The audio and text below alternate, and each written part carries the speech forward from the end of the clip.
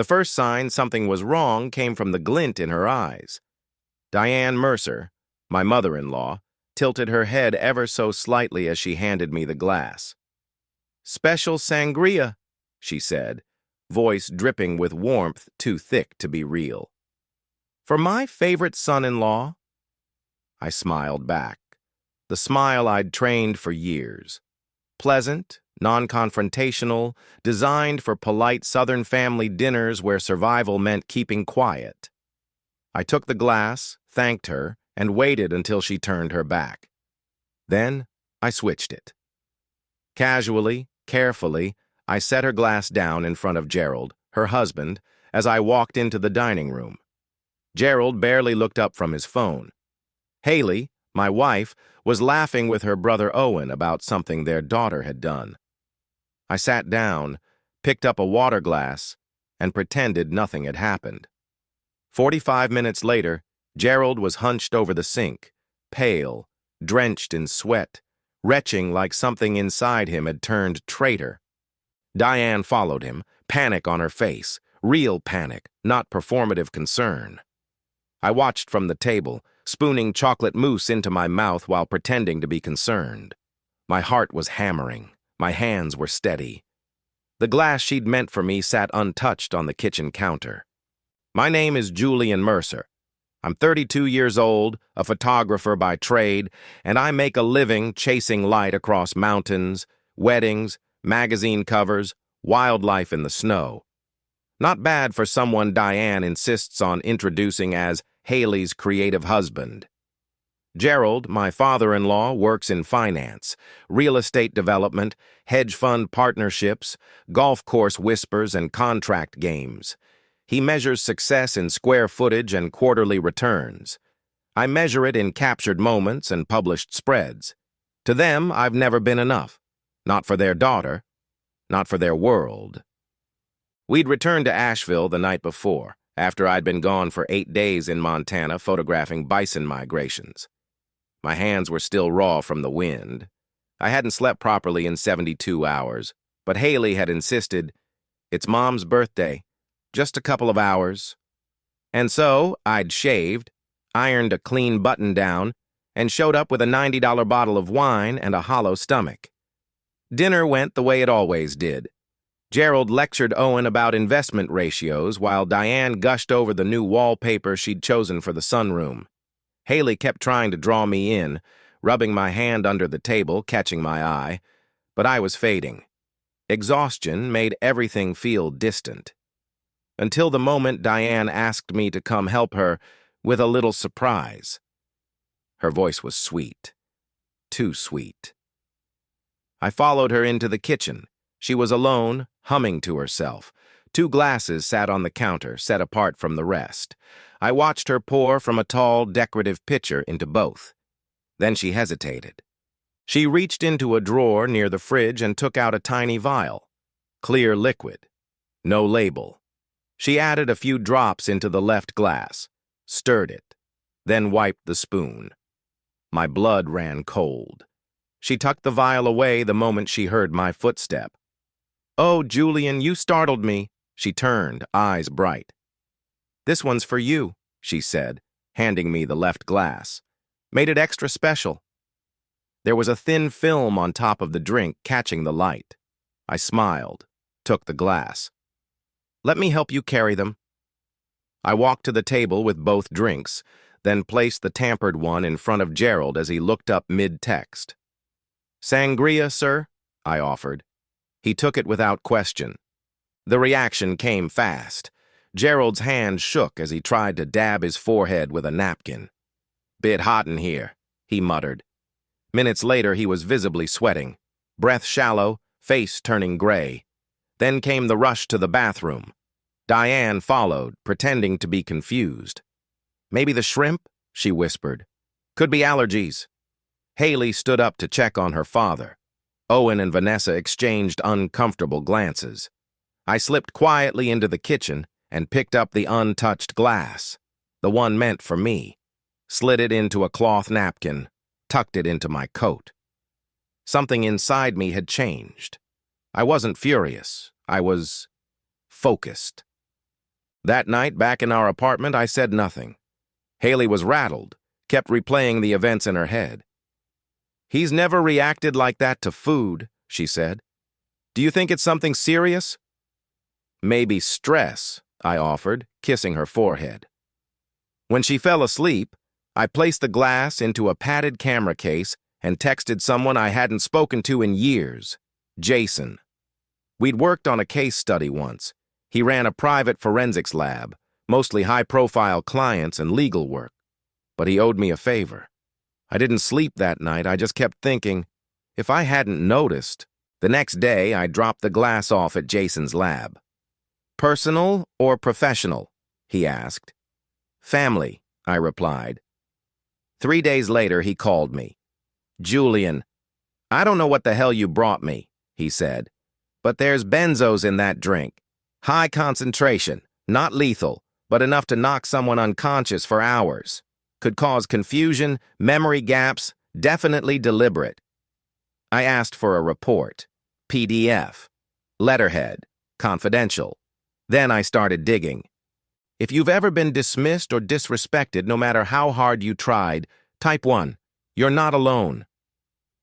It happened the same morning the toxicology report arrived. I was on a video call with a new client, a boutique travel agency that wanted moody mountain shots for their winter campaign, when I saw the email subject line flash on the corner of my screen. Final selection, Arctic North assignment, rejected. My stomach dropped. I'd pitched that campaign 6 weeks ago, high-end, national brand. It would have paid 6 months' worth of bills. I'd even pre-scouted locations in Alaska. I ended the call early and opened the rejection email. "Dear Mr. Mercer, thank you for your submission. We've decided to move forward with another photographer, Daniel Kilpatrick, whom we understand has ties with the brand through mutual networks. We wish you the best in your future projects." Daniel Kilpatrick, Gerald's protege. The same guy I'd seen shaking hands with him over bourbon at last year's 4th of July cookout.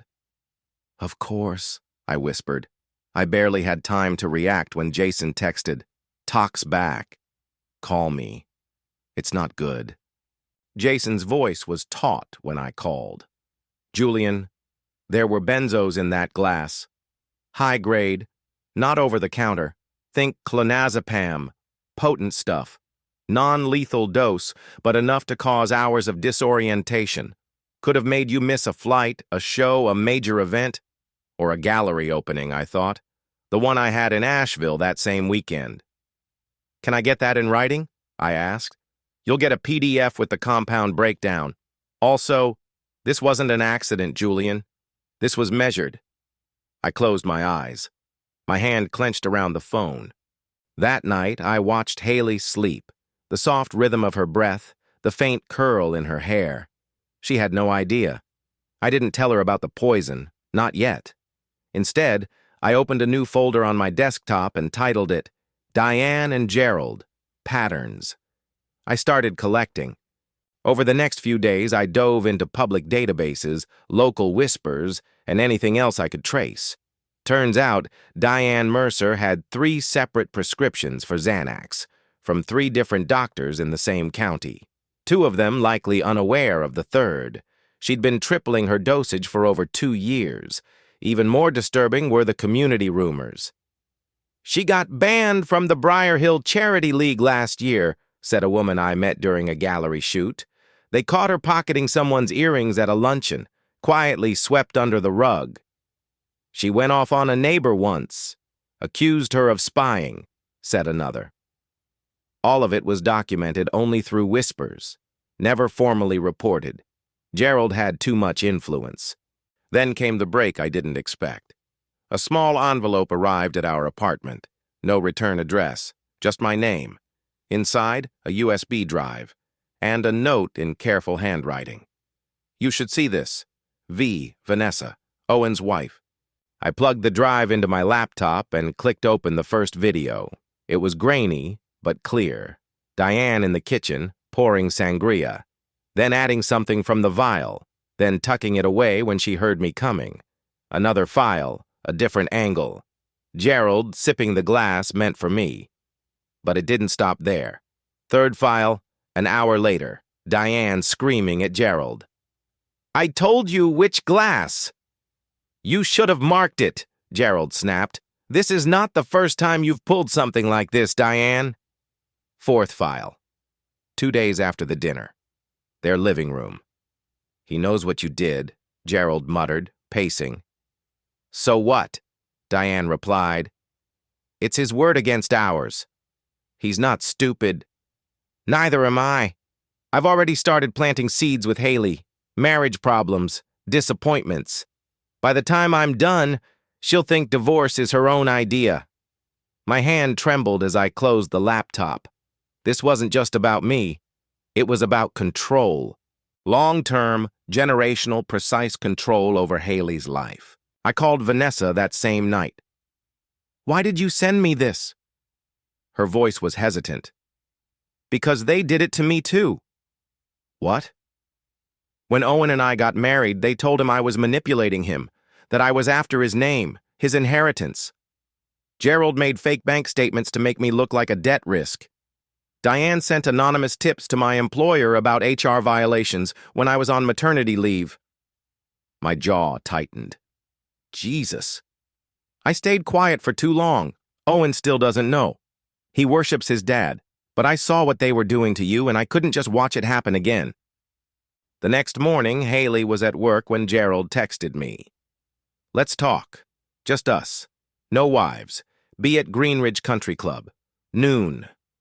I showed up early wearing a wire hidden in my camera bag. Gerald greeted me like nothing was wrong. "Julian, scotch?" "No, thanks." We sat in a private lounge. Golfers passed outside the window. "You're upset," he said smoothly. "I understand. Families are complicated. My wife can be protective."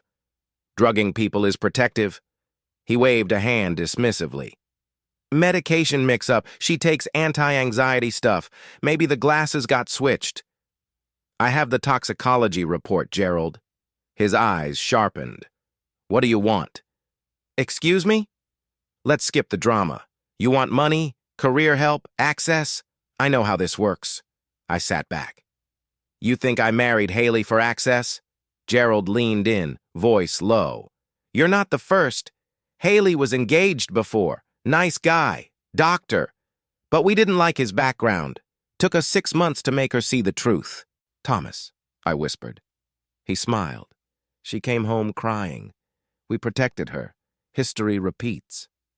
If someone has ever tried to sabotage you behind the scenes, type 2. The quiet battles are often the most brutal."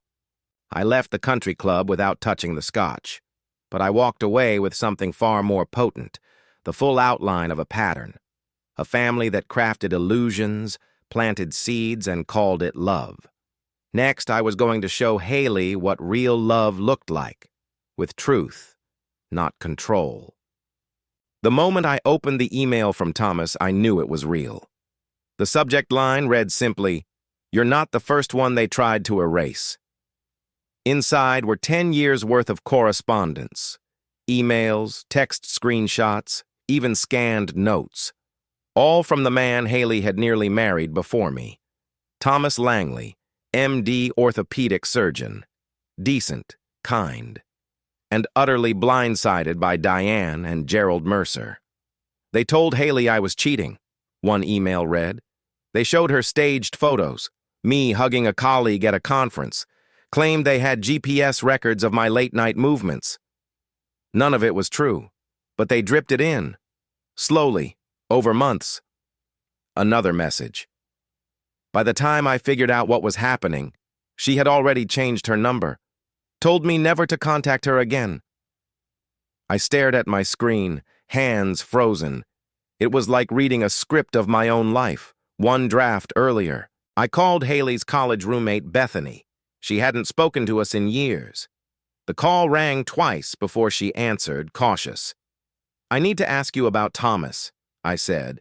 A long pause. God, that name. I haven't thought about him in forever. "What happened between them?" Bethany sighed.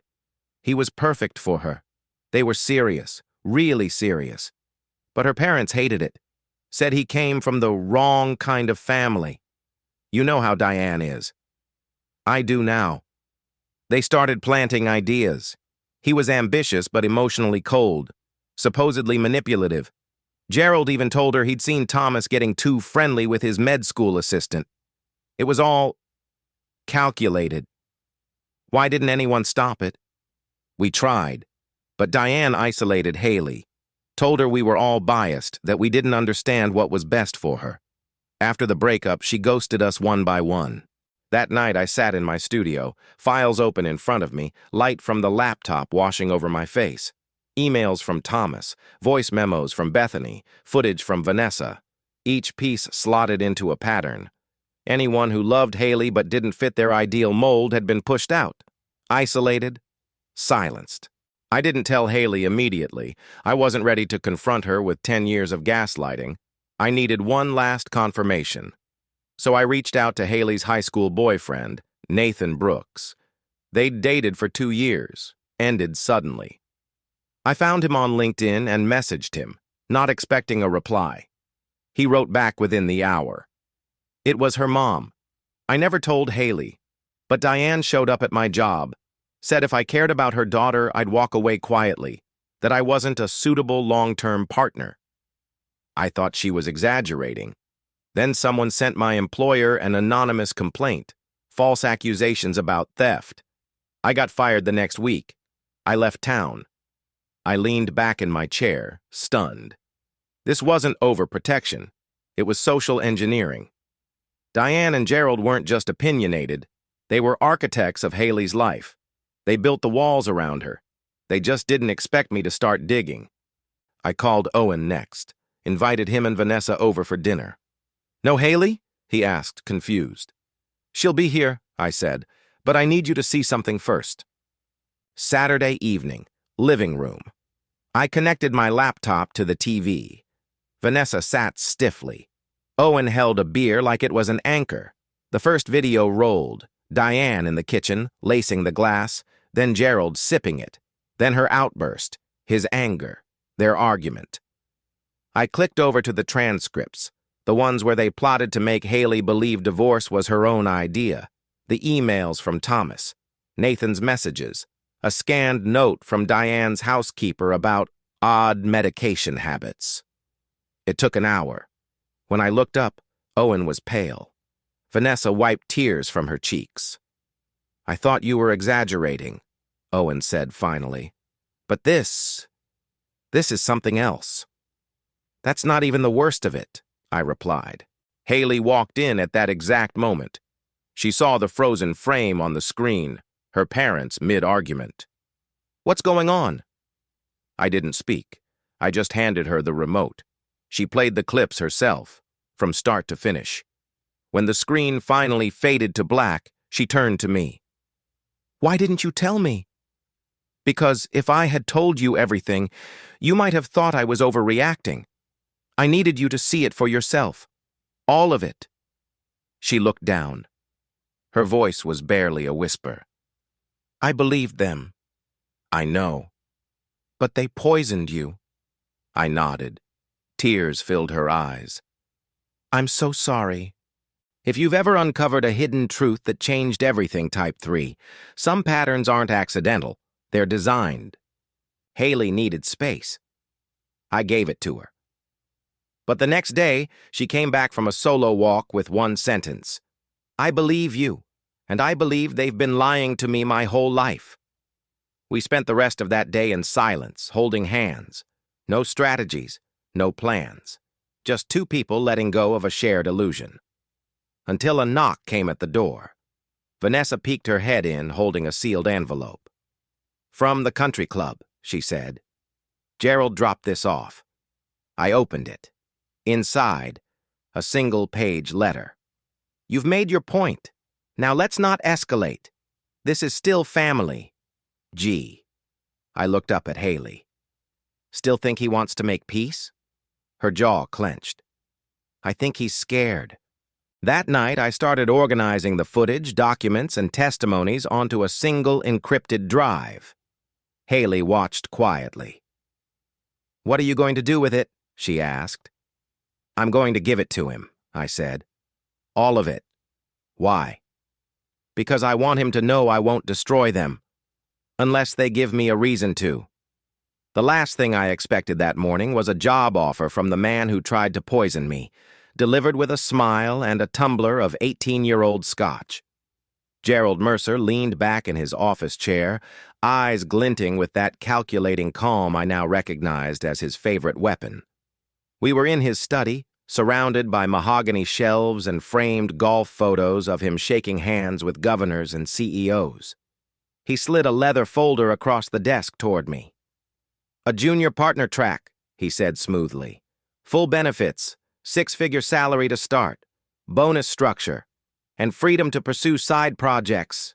Your photography, of course. I didn't reach for the folder. You think this is what I want? I think you've worked hard. You've proven something, he said, pouring a drink I wouldn't touch. You're Haley's husband, and I respect how you've handled yourself. You tried to sabotage my career. I tried to protect my daughter. You'll find those goals often overlap. I stared at the man, astonished at how effortlessly he rewrote the narrative.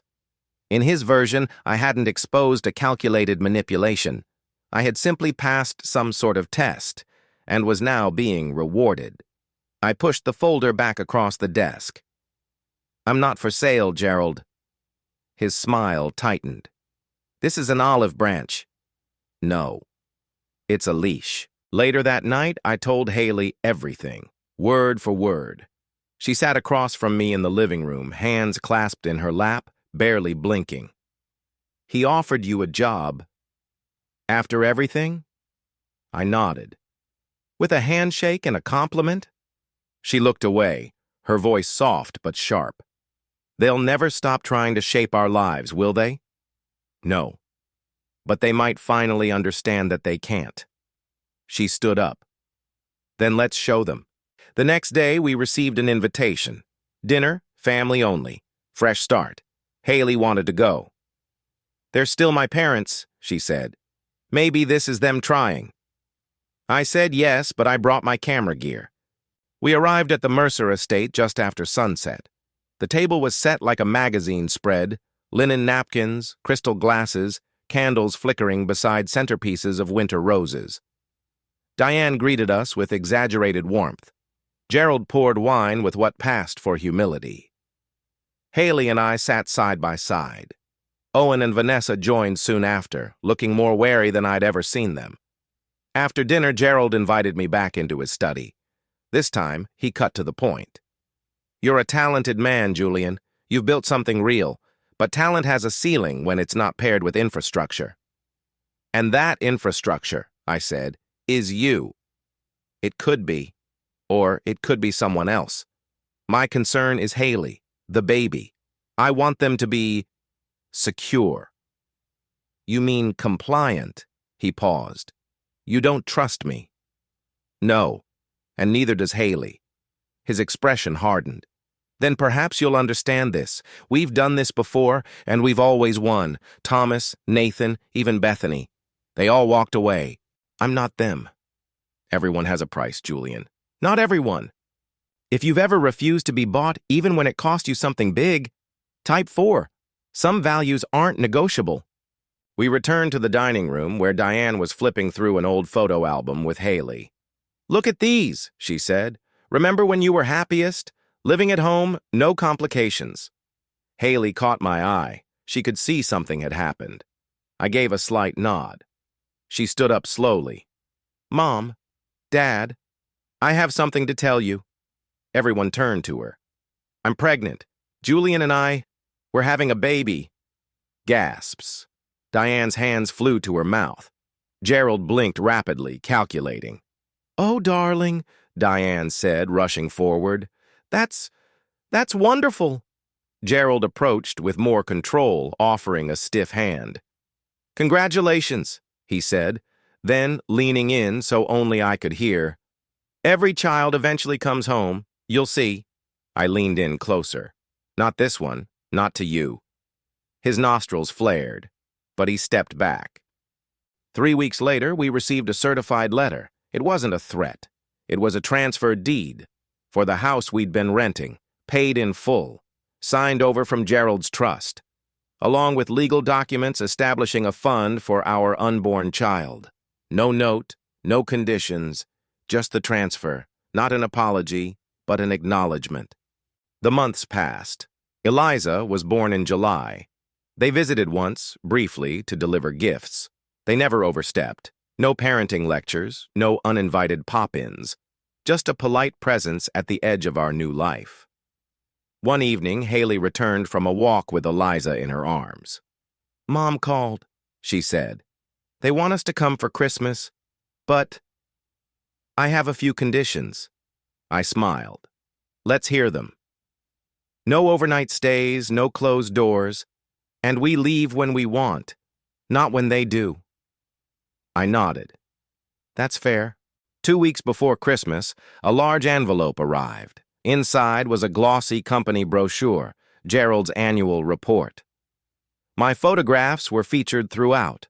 Landscapes, portraits, product shots, uncredited but unmistakably mine. Tucked inside was a handwritten note.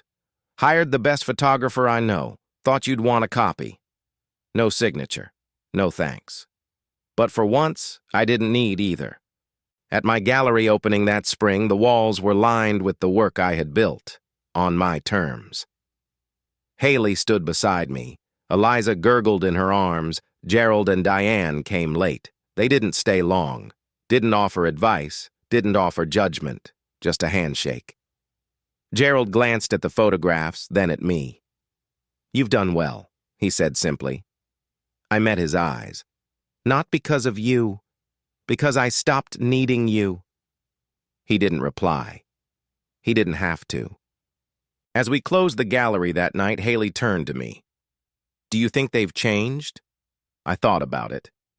"No," I said finally, "but they've accepted that they can't change us. And sometimes, that's enough."